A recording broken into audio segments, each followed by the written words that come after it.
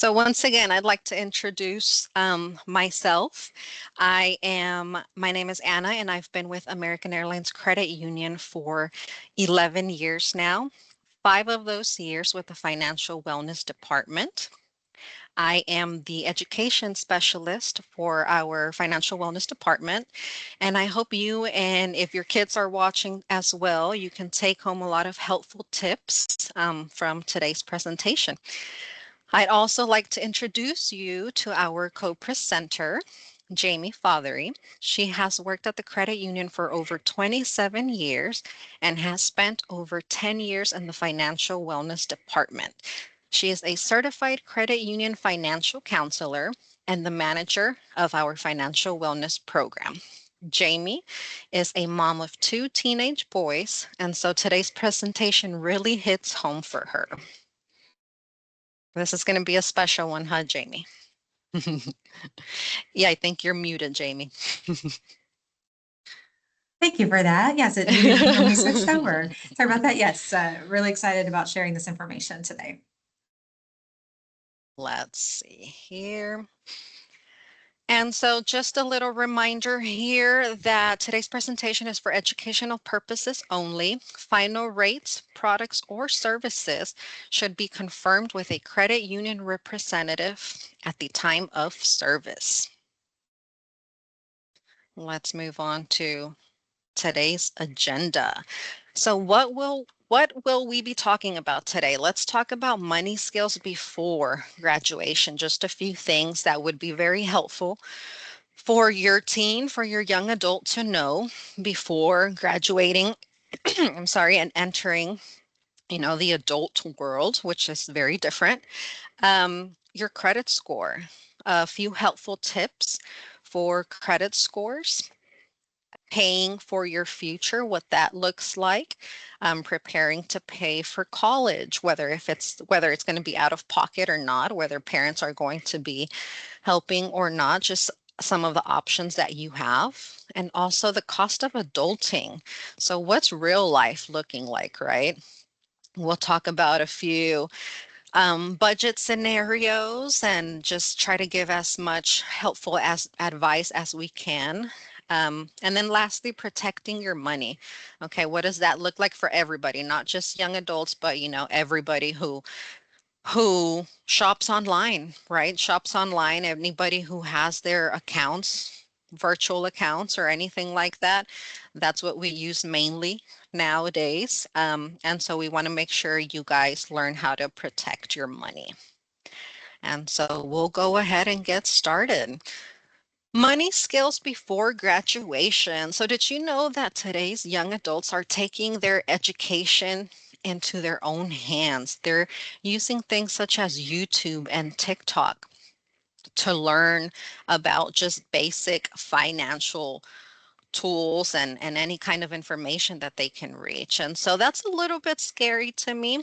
And the reason I say that is because that's not always legitimate information, right? The majority of these young adults that are going online are listening to influencers that might have an ulterior motive, right, to the reason that they're giving out the information, whether it's correct or not.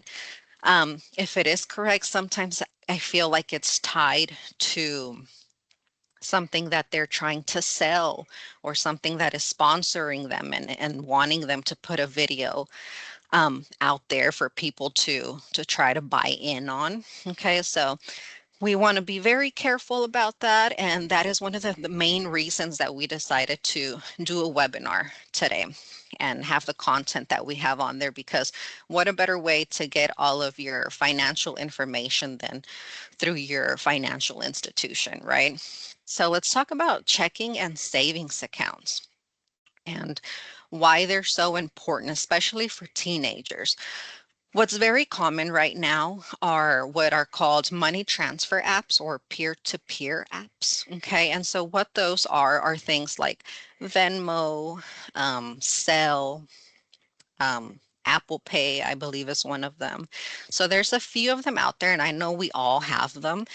But what the younger generation is doing these days is that they're making transfers to their friends or receiving money, or maybe the parents are sending money that way. And what they're doing is keeping the money in these apps. Okay. And those apps can be really risky because they are not backed up by the FDIC or the NCUA. And so, what that means is that in the event that something happened and these apps got frozen or these banks filed for bankruptcy, then whatever money is sitting in this app is completely lost, right? It's not like a checking account or a savings account that is backed up. Okay, and so that's one of the main reasons why I believe it's very important for young adults to understand the importance of having a checking and savings account. And when you look into savings and checkings accounts for your young adults, for your teens, you want to take some time to look at what are the requirements, right? For some checking accounts, there might be a requirement of a direct deposit. And at the time, maybe not all teens are currently working. And if you don't have whatever one of those requirements is, there will be fees. Okay, so it's very important to just sit down and take some time to review those type of accounts. Something else that they should know before leaving home is creating a simple budget. Okay, it doesn't have to be anything fancy. As a matter of fact, what I always recommend, and a lot of us do here in my department as well, a lot of financial counselors, is to keep it as simple as pen and paper, right? Write down all your bills, all your expenses, the income that you're receiving, and start subtracting. Okay, start seeing what that looks like. We don't want to immediately get into these fancy apps that help you budget, because a lot of the time that can be confusing. So we want to keep it simple. And once that budget is fully understood, then that's when we recommend picking out an app to get into. Something else that's super important. I know I got a few of these back in the day.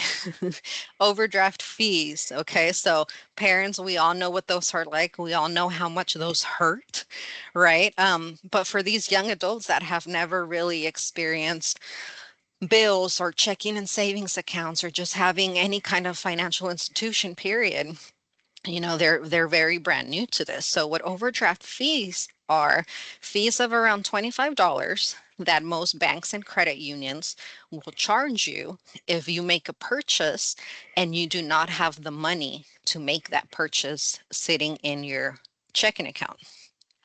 Either a purchase with your debit card, an online purchase, or even if you set up a bill to come out of your account and you don't have the funds, it's a $25 fee.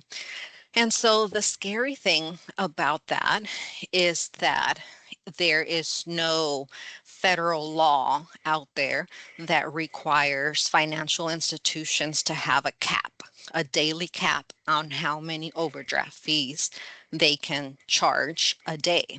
Okay. What does that mean? That means that if in one day you forgot to look at your bank account and you thought you had money in there and you go around shopping and making a purchase at Walmart, a purchase at Quick Trip pumping gas or something like that, a purchase on Amazon online, and you didn't have the money and you just kept swiping, those fees, if your financial institution is one of those that does not have a cap, and this is something that you want to find out as well when researching, where you want to open your checking or savings account, is what is that cap? Are you going to allow me to make 20, right, purchases and get a $25 overdraft fee each time? Or is there a cap of two or three? Okay, where you make two or three purchases and you get a $25 fee, but then after that, the transactions are blocked, which would be awesome because can you imagine getting 25 or 20, 25 NSF fee? That adds up to hundreds of dollars that you are giving away. Okay, so that is one of the main reasons why creating a simple budget is going to be very important so that we know how much money we have in our accounts at all times. And Jamie is going to do an awesome job here in a minute about talking about budgets and how to do that and how to, prevent overdraft fees. The next one, building healthy money habits. In general, everything we just talked about is building healthy money habits, right? Something else that comes to mind when I think about healthy money habits is not only knowing how to budget and knowing all these fancy financial institution terms, but also knowing mentally needs versus wants. Okay, and that's going to be super, super important moving forward into your adult life because once you start working and you start seeing that paycheck and you start thinking, your mind starts wandering about all these things that you would love to have or that you see at the mall. And so it's easy to get wrapped up in wants and maybe not so much in the needs portion of it. So that's something you want to keep in mind, parents. I know this happens to us as well. We're not great at that just because we're years older than our children. We still go through moments of wanting to buy things that we don't need. Um, and so that's something that you can definitely talk to your teen, take as homework after this, just talking about wants versus needs and moving forward. If you guys go shopping or go grocery shopping or go to the mall or go anywhere, you want to decide, is this a want or is this a need? And if it's a want, what does our budget look like? Okay. Is it going to fit into our budget? So those are all really healthy money habits for you guys to take note of and hopefully pass on to your children. Let's move on to our next slide. So here we're going to talk about building credit the smart way. Okay. So for us parents, we already know we've experienced life long enough to know, right, what is a credit score and how it's affecting us. But for those young adults, those teenagers that are about to start on their own, we want to get them as knowledgeable as possible about how these numbers work, right? So, what is a credit score? A credit score is a number based on a person's credit history, and it is used to determine their credit worthiness, right? So, it's a number, as you can see on this image right here, that ranges anywhere from 300 to 850. Okay, and you can see 300 to 579 is poor, 670 to 739 is good, and then what's considered excellent credit is 800 to 850. So what these poor, good, excellent titles mean to these numbers is how reliable are we in a lender's eyes to borrow money? How likely are we to pay it back and to pay it back on time? Are we really good about it? Are we really bad about it? Or are we just excellent about it, right? And so there is a calculation. I'll explain it a little bit. It's a calculation, right? That based on how many accounts we have, right? How many accounts we have, how long we've had these accounts, how well we've paid each account. And this whole calculation is what gives us this number, right? Whatever number, and parents, you can discuss this with your kids, kind of what your credit score is at. But I will say, for those of you young adults, teenagers who have not started, who have not opened an account, has not requested like a loan or a credit card, you don't have any of these type of accounts, don't think that your credit is going to start at a zero. There is no such thing. Simply, your credit is just not existent. Okay. And you're not going to start off at poor either.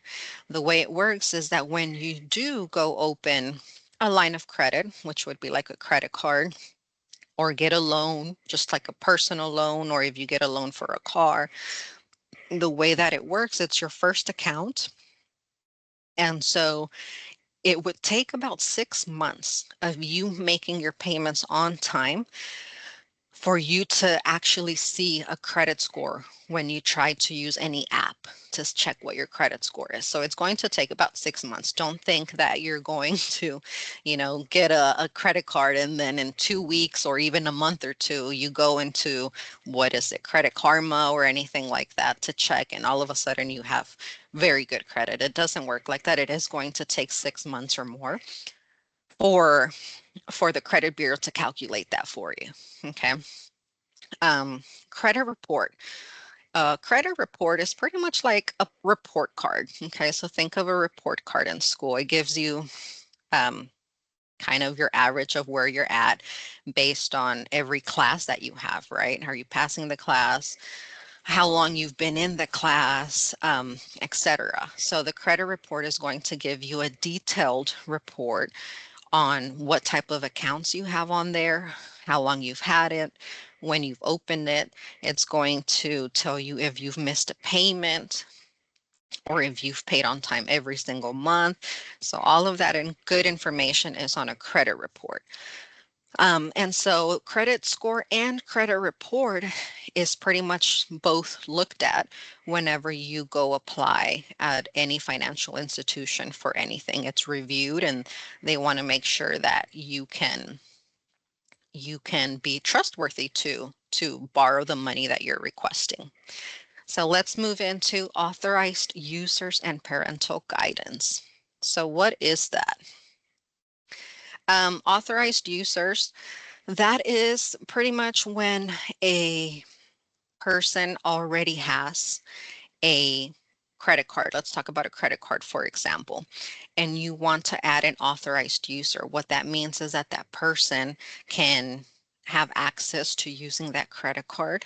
Okay. A lot of times parents do this with their children. They will add their kids as an authorized user on their credit card.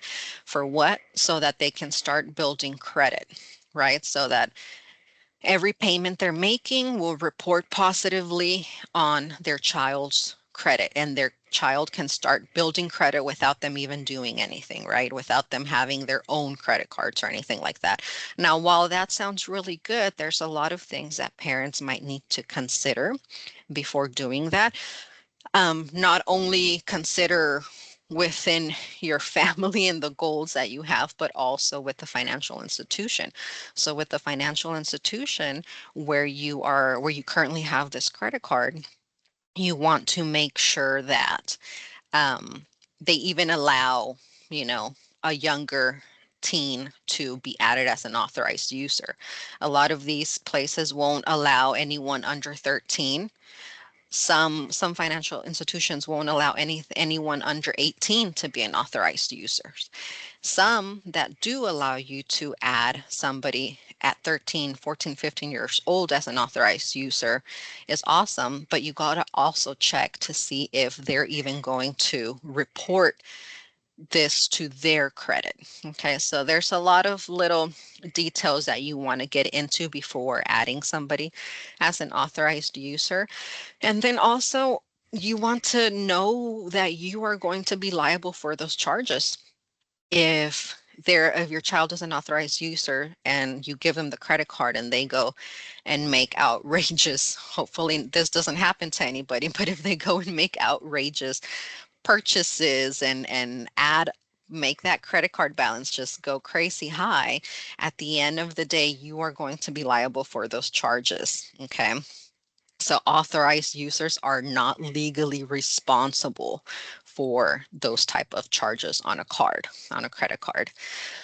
Let's move on to talk about common mistakes. Okay, some common mistakes for young adults who don't have loans or credit cards yet, that you want to make sure you do not do when you do have them.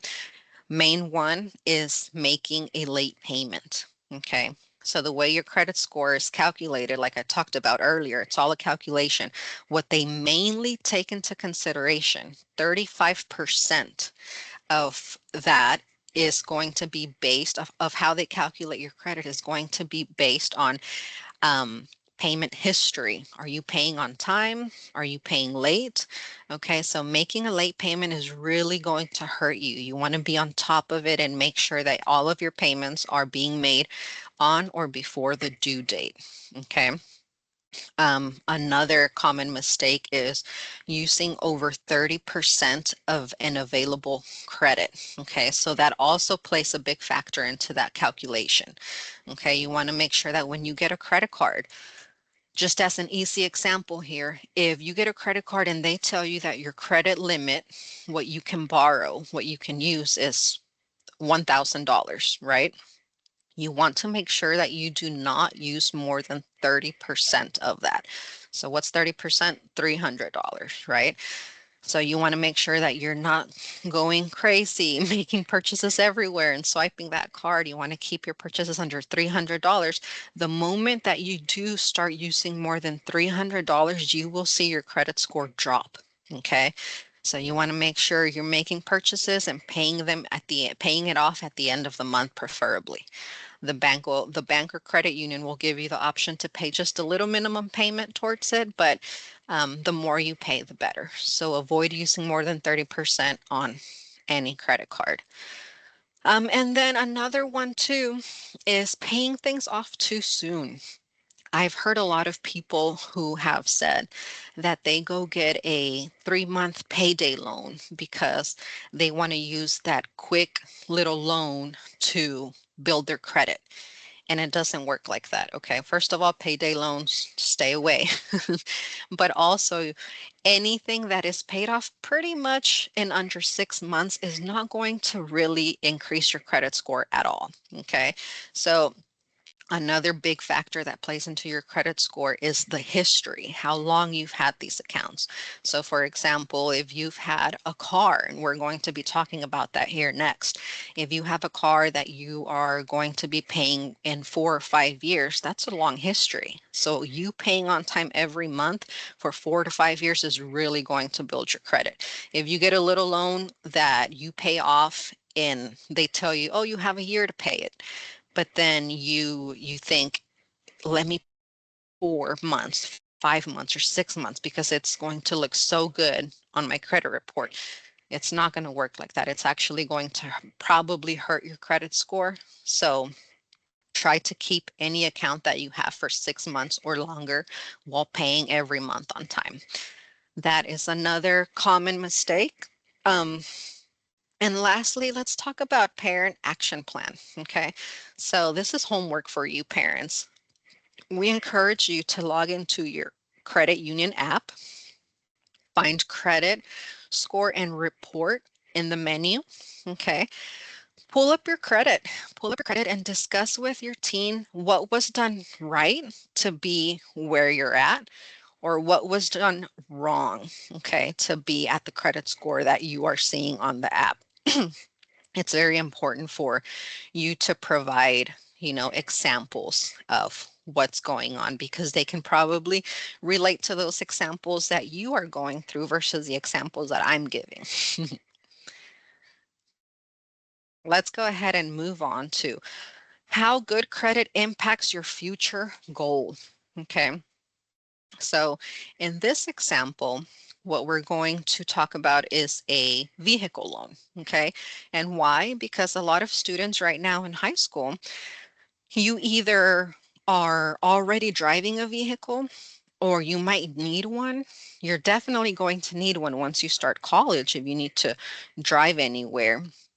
But wherever you are in that process, we want you to get some helpful information of how your credit score is going to impact when you do decide to go purchase a vehicle. Okay. Hopefully, we all have parents that are going to hand us down a used free car, right? That would be ideal, but it doesn't happen with every family. So let's talk about what that looks like. Here we have a 2025 Toyota Camry. And I used a Camry because I feel like that's an awesome car. Toyota is really good. And also because it's a very common car. Okay. It's a small car, good on gas. Um, it's a good car. The average price for that right now is 33,000 on average. In this scenario, let's pretend that we don't have any money to do to give as a down payment, right?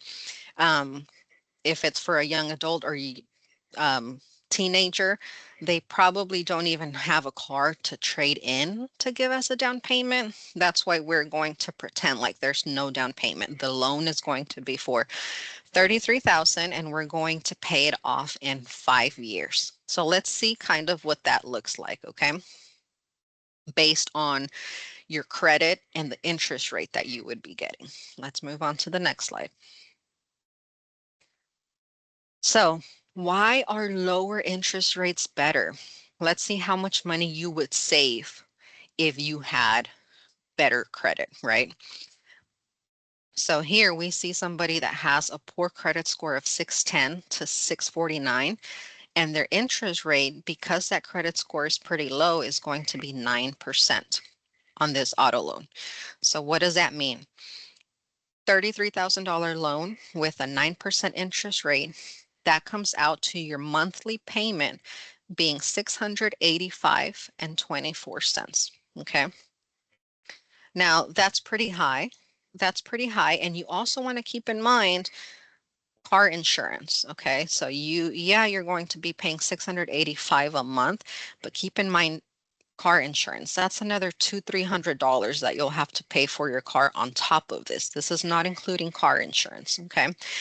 Um, that number is high, and while it might not seem too high to a young adult who's currently living at home and not having any other bills to pay, I want you to always consider what that means in a year or two when you do decide to move on. And once again, Jamie's going to be talking a little bit about this when she talks about the budget examples, but always keep that in mind, okay?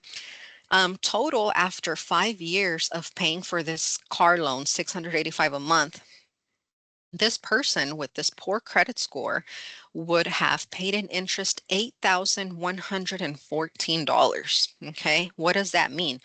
That means that you gave whatever financial institution let you borrow those $33,000, you just gave them $8,000. Okay, and that's how loans work. Okay, and that's why it's very important to have a good credit score and work on on having a good um, credit so that your interest rate can be lower. Let's move over to excellent, right? Somebody who has an excellent credit score of 730 or higher, their interest rate is going to be 3%.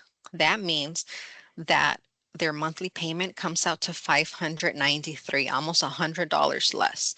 And while that might not seem like a big difference, just $100 less than somebody who has not great credit score, look at the interest paid. The total interest paid is just 2,581 after 5 years versus $8,000 that the person who had bad credit gave away, right? And so this is just the price we pay based on what our credit scores look like. Now, keep in mind that this interest rate that you see here, 9, 7, 5, 3%, these are just numbers that I came up with. These are not real numbers. Interest rates these days are actually way higher, okay? And they're high like that because of the economy, just to keep it easy and simple. Right now, what we're seeing is that people with an excellent credit score, on average, get an interest rate of 6%. And people with a poor credit score, on average, end up with an interest rate of about 14 to 16%, which is extremely high. So imagine what that total interest paid comes out to. And while some of you may think, oh, what's $8,000? What's $6,000 that I gave away? Honestly, think about what you could do with that money. That's money that could be sitting in a nice savings account. That would be a really nice savings account to start off with for young adults. That's money that you could use towards your college education, right? If you end up getting any loans or whatever, you'd have all that extra money to go ahead and use towards your education. And if college is not the path that you're taking, once again, savings, that could be money that you have saved up to maybe buy a house here soon. to use as a down payment, or even money to go on vacation, right? That would be nice too, to travel the world with $8,000. So that is just an example, a few examples here of how interest works based on your credit score. Let me move on to our next slide. So here we come to a quick little stop for our Q&A. Let me see, it's loading. Do we have any questions? I don't see any questions so far. So Jamie, I will go ahead. If you're ready, I will go ahead and switch over to the next slide. And Jamie is going to give us a lot of helpful information here next. Sounds good. Thank you, Anna. That was some great Hmm. information. A lot to Thank you. take in. And I know for those of us as adults, might have seemed a little bit basic, but we wanted to break it down in a way that would be really easy for you to share this with your kids, or if by any chance you have your kid watching with you today, hopefully, or they're getting some good nuggets of information here. Again, we'll have another opportunity for some questions at the end. So if you have any, please feel free to drop them in that Q&A section, and we'll get to you before we sign off for the day. But for right now, I'm going to jump into paying for college and kind of getting ready for that next step after high school. And this is something that I'm dealing with myself. I have a 19-year-old son at home, and so we're kind of right in the thick of it. I've got another one that's in high school, so we'll be doing it again in a few years. But we wanted to really kind of look at what options people have in terms of the type of education that they choose and how to pay for it. And so to start with, we'll look at the difference between trade schools and traditional college. And so this is something, again, a very fresh conversation between me and my son, who his first year, he just really wasn't quite sure what he wanted to do. And so that first semester, he took some of his general ed classes, going for his associate's degree at the local community college. And this year he actually decided, you know what, Mom, I think I want to open my own business, maybe a restaurant. And so he's actually looking at an entrepreneur slash small business certificate program, still at the community college, but it's kind of considered trade instead of a degree program. And so, there's lots of options. I say trades are actually really popular right now. A lot of people are going that route because it is less expensive than the traditional 4-year degree. And a lot of the work that is needed now, when you think about, the trade industry, we keep hearing that like plumbers and electricians are in high demand. And so you can actually make a very good living wage just right out the bat. And so trade schools, you're looking anywhere from 6 months to 2 years for your certification, depending on what program you go into. Whereas with a traditional college, you're looking at 4 years or even more, again, depending on your career path. Tuition on average for a trade school, you're looking at a total of about $15,000, whereas with traditional college, you're looking at $25,000 to $45,000 per year. Again, depending on what your degree plan is. That first paycheck, and remind me here, I'm sorry, 6 to 12 months, 12 months plus. I Until they thought we had. receive their first paycheck. Yes. Oh, Hmm. from after school. Got it. Sorry, Right. I'm a After little off here. graduation, on Thank average. you. Thank you. Yes. So, Hmm. yes. So with the trade school, first paycheck, you're going to see that within 6 to 12 months. Basically, essentially, as soon as you're done with that program, because you'll see that job placement there is about 70% are placed in the job right after receiving their certificate. And then with a traditional college, it may take 12 months or so, even though about 79% are seeing job placement. Again, it just kind of depends on what that degree plan is and what job they're going into.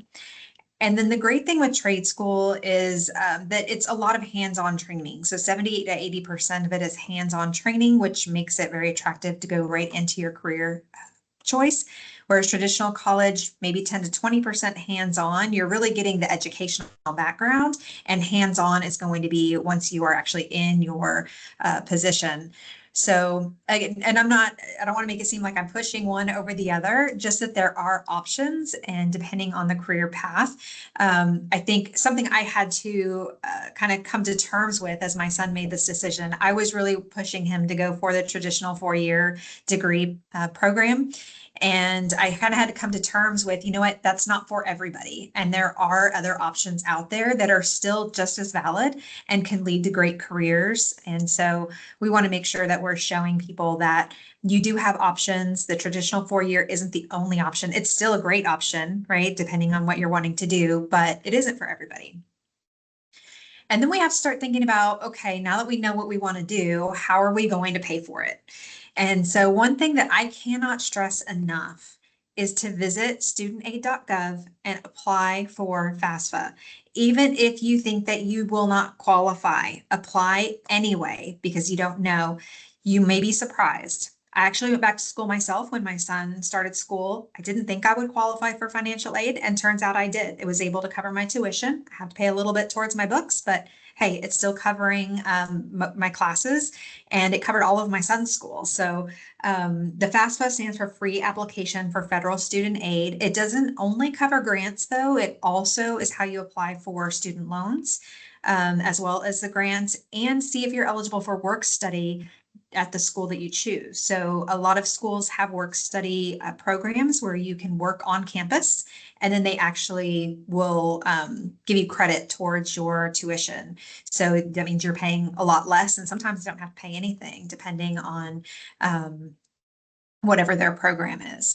So definitely look into those. Lots of good information there, not only on the FAFSA and that, but then also when it comes back to repaying student loans and the types of student loans. We know there's different types depending on if mom and dad are helping take it out or if just the student is taking it out on their own. And so great information. Highly recommend that you start there as you start to figure out how you're going to be paying for school. The second thing is scholarships.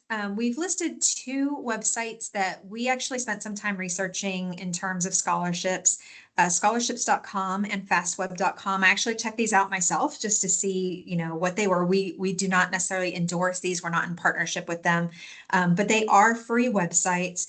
On scholarships.com, it took me less than 10 minutes to fill out the information, and it brought me up 52 potential scholarships that matched what my son might qualify for his trade school. So really cool to bring that up. And now our job is just to kind of go through those 52 opportunities and see which ones we match and then go through that application process. There's other things that you can look at. I have found TikTok to be super helpful with different scholarships. There's lots of content creators that talk about different opportunities, and some of them are not very well known. So they might be small amounts. So a lot of people won't apply for them because they feel like, oh, what's $250 or $500 when I'm going to owe 25,000. But every dollar adds up. And so apply for as many as you can. Check out YouTube, check out TikTok, check out these websites that will connect you with lots of opportunities for scholarship. Once you have done your FAFSA application, and going back to that just a moment, because we will be coming up on this deadline here soon. Usually the application for FAFSA for the following school year opens up in October. It's usually October 1st. However, I did just read something this morning that said it is open now as for beta testing. So if you have somebody going into college, or if you yourself are going into college next year, you can actually go ahead and start your FAFSA application. Applications close, the federal deadline is June 30th. However, every state also has their own deadline. So here in Texas, it's usually about mid-January, and it doesn't mean that you won't qualify for anything after that, but that is for priority consideration. So in other words, the earlier you get it in, not only the more likely you are to get some student aid, but you may actually qualify for more if you get it in before those deadlines. So another little plug for FAFSA there. But once you've done your FAFSA application, you figured out if you qualify for student aid, and you've done all of your scholarship research and applied for all the scholarships, then last option should be the student loans. Loans you've got to pay back, right? And we've all heard the horror stories. Some of us may even be living them, that, people are paying on these student loans for 20 years, 30 years, and they still owe huge balances. They feel like they're going to be paying them forever, or they can't afford those payments. And now the government's threatening, to garnish wages or whatever. So we want student loans to be the last resort, and then only to kind of fill in the gaps. So taking just a small amount, whatever you feel like you would be able to pay back, and making sure that you're being smart about the classes that you're taking, that you're sticking to your degree path and not like, oh, that class sounds really fun. I think I'll take it just because. And then adding on to your student loan debt for something that maybe wasn't necessary. And then, I kind of talked about doing a work study through the school, but you can also have a job through school. I know I was actually one of those parents at first that I said, you know what, I don't want my kids to worry about working while they go to school. I want them to just focus on school as their job, get through it, keep their head down, study, and whatever. But I actually read a study recently that said that students who work at least part-time while going to school actually do better in school than those who don't. And I have a feeling that the reason for that is because between work and school, they're just too tired to party. And so they have no choice but to focus on school, right? So maybe it just kind of helps keep them disciplined. Go to the next slide, please. All right, switching gears here a little bit. I'm going to be talking to those young adults here. And I wish somebody would have had this conversation with me as a young adult. But I think sometimes we hit the age of, 18, 19 years old. We're ready for independence. We think, oh, I can't wait to get out of my parents' house. I want my privacy. I want my independence. I don't want to have to answer to anybody anymore, right? And so we look at, okay, what's it going to cost to rent an apartment? That alone should be enough to give anybody pause, right? If you've looked at what it costs to rent an apartment, or if you are renting an apartment these days, it's not cheap. When I rented my first apartment many years ago, it was $425. I don't think you can rent a bedroom in somebody's house for that anymore. I think the average is like 12 to 1500, depending on where you live. And so not only do you have to look at that, but you want to do a full cost analysis of what you think it's going to cost you to live on your own. That doesn't only include your housing costs, but you want to take into account utilities, internet, think of it like subscriptions, if you are Hulu, Netflix, any of those types of things. So what does it cost to have those little luxuries as well? Think about transportation expenses. So if mom and dad are helping with your car payment or gas money, the maintenance on the vehicle, that now suddenly becomes your responsibility. And so you've got to consider that, as well as where you move in relation to where you go to school and or work. Is it going to be further away, which means your gas expense is going to increase, or is it closer? Can you live a little bit closer in order to reduce those expenses? And then you want to look at insurance. So not only auto insurance, super important, got to have that, but also renter's insurance. A lot of people mistakenly think that when they're renting something, a house or an apartment, that if something happens, it floods, a fire, whatever, that the owner's insurance will cover them. That is not the case. The owner's insurance will only cover the structure itself. You need to have renter's insurance to cover your belongings, so that if there were a fire and there was a total loss, that insurance would then pay to replace your clothing, your furniture, your PS5, whatever things that you have in there. So insurance is super important. Renter's insurance is not usually very expensive, so I highly recommend that. And then the one thing that I think we all tend to forget is food and entertainment expense, and really calculating that into your budget, because that can make or break your budget. Parents, take some time to talk with your kid about your household budget. If you don't have one, make one together.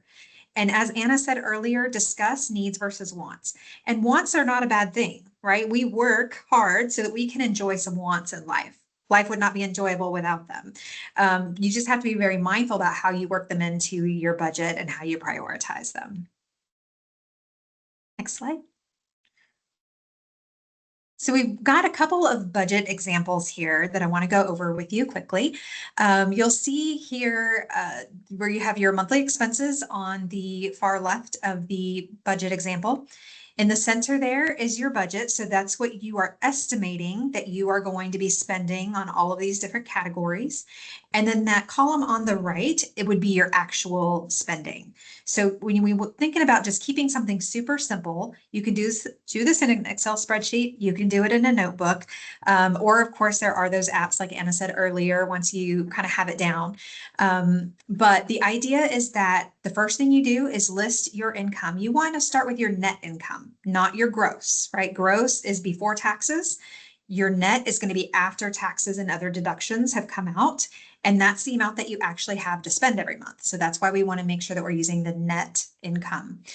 And then you're going to list out all of your other expenses. So your rent, utility bills, car payment, gas, insurance, all of those things. And in this case, this person figures out, or they're at least estimating that of that $3,500 income, they think they're going to be spending about $3,010, leaving about $490 at the end of the month.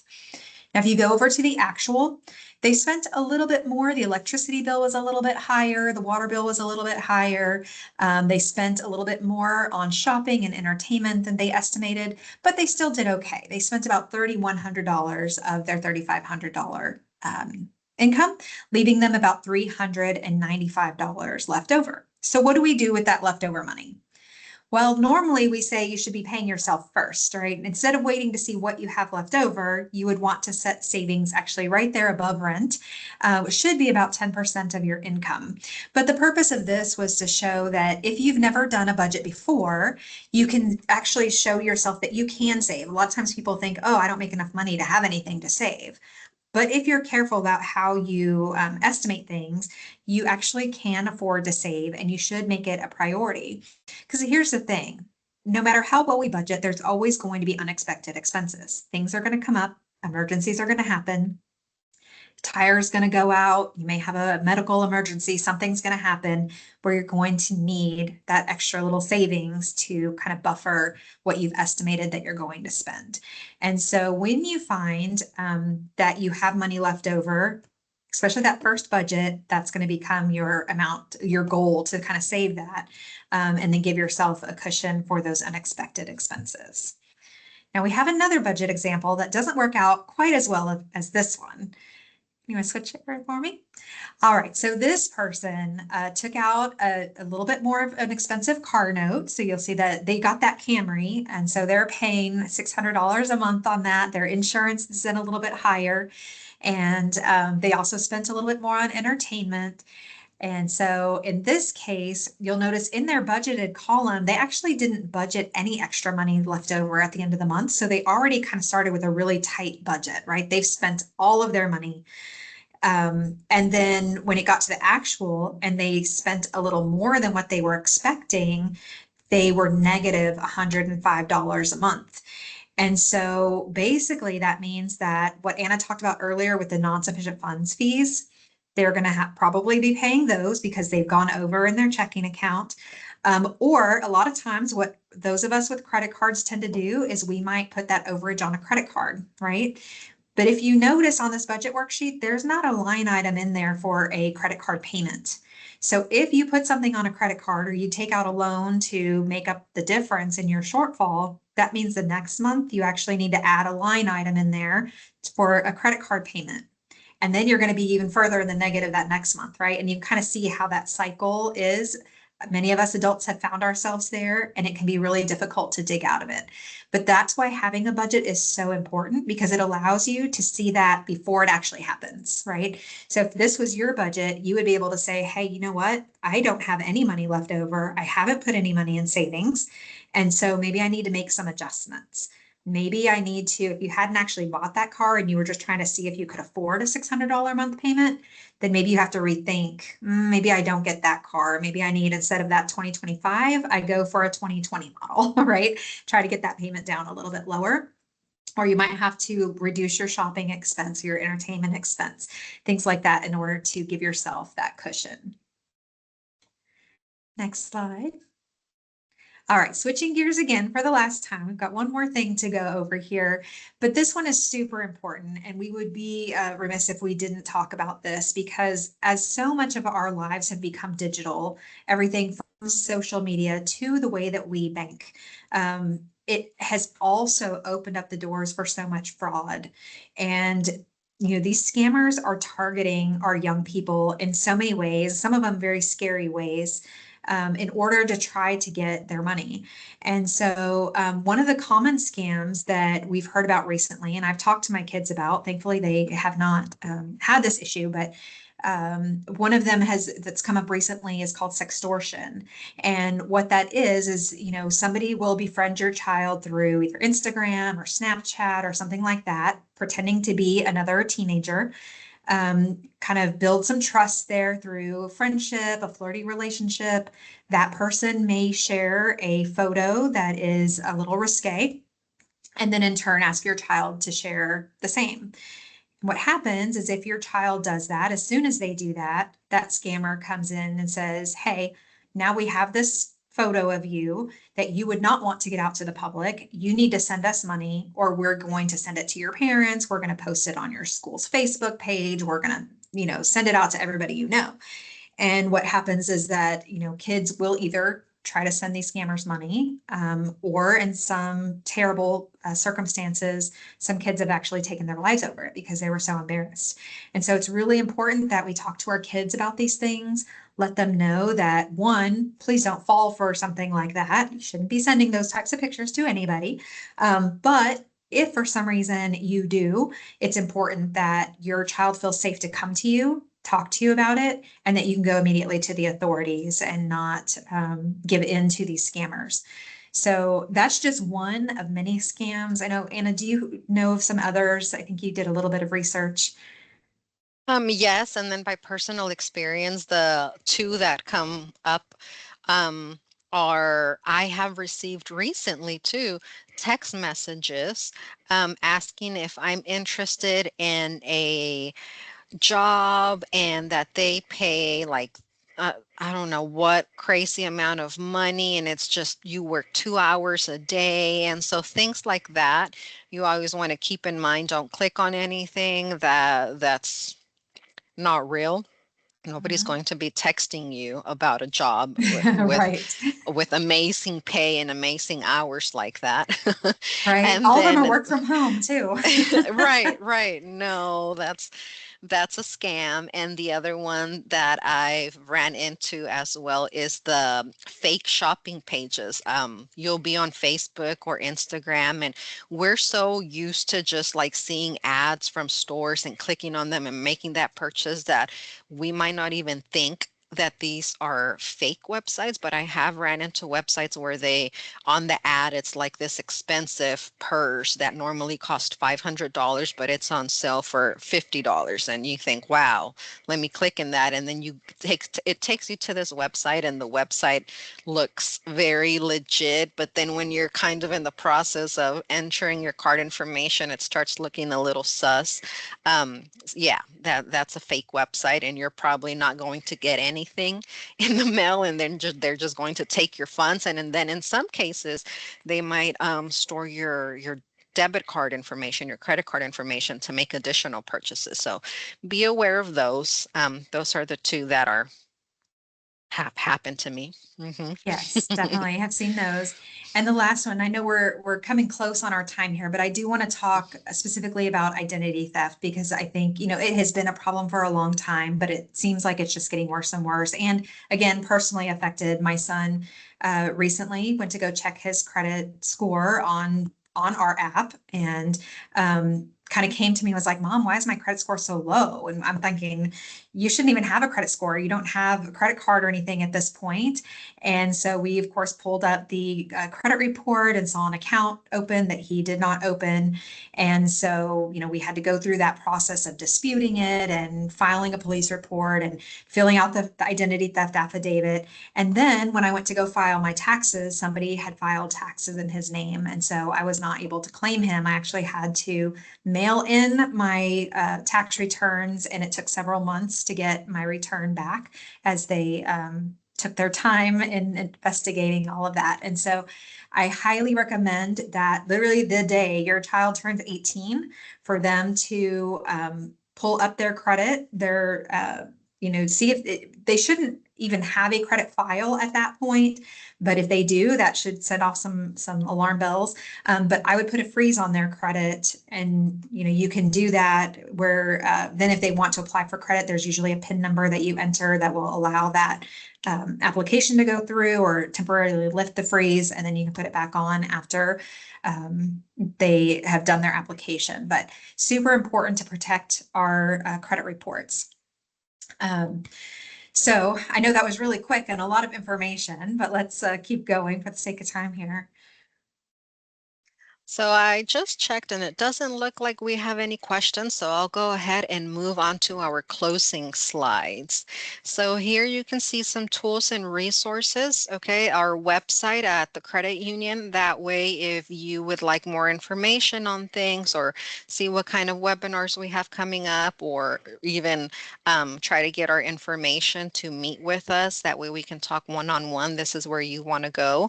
Feel free to download our banking app if you have an account with us. There's a lot of easy, just quick things that you can do on the app. In that app, you will also find our new budget and spending hub. We just talked about budgeting online, which can be awesome. And this one specifically is super helpful. I love it. But once again, like we talked about, pen and paper first before we move on there. And then also, like we mentioned earlier, the homework for parents, if you have an account with us, go ahead and log into your app and check your credit score and discuss that with your child. Some more tools and resources here is our direct phone number and email address in case you guys want to get a hold of us. We are a total of 6 counselors, okay, available to meet with you. Judgment free. We talk about anything, whether it's saving money and just a basic saving money to purchase a home, what you need to purchase a home, establishing your credit, improving your credit, all of that good stuff. We are here for you. So that's our information. And then I'll go ahead and move into this. So for those on the call that would like to start their member journey today, they can still easily do so by scanning this QR code and using promo code BD4412 at the end of the application. The code will take care of the initial new member deposit of $6, so you really have nothing to lose. Also, refer a family member and a permanent household member or any coworkers that you think are eligible, and you can get $25 for each one of them up to 10. Okay, so that would be awesome. And then finally, um, thank you all once again for joining us today. If we didn't get to any questions that might have come up later on, or if you have something more personal that you would like to discuss, we'd love to connect with you. Just let us know in the survey that you'll receive via email that you'd like to be contacted by a credit union representative. Be sure to follow us on Instagram, X, and LinkedIn, and be sure to like and subscribe to our Facebook and YouTube where you can find previously recorded webinars anytime. So on behalf of myself, Anna, and my manager, Jamie, and the entire credit union, we truly appreciate you tuning in and have a wonderful rest of the week. Jamie, any last words? Oh, thank you so much. And I look forward to seeing you and our young people visiting our um, financial wellness team in the future. Have a great Thank day. you, everybody.